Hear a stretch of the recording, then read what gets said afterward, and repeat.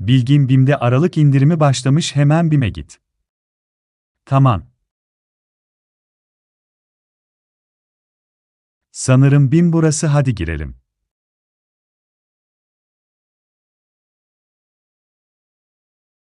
Sanırım bu reyonda indirim yok, en iyisi başka reyona bakayım.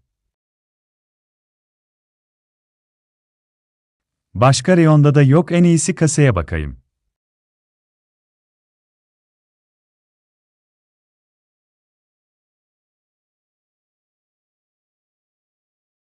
Kasiyer bey, burada neden indirim yok?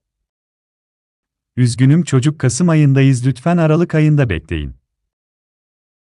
Ah dede ah, o kadar yaşlılıktan bunu mu yapacaktın, her neyse ben en iyisi eve döneyim ya. Move, move, move, move, move.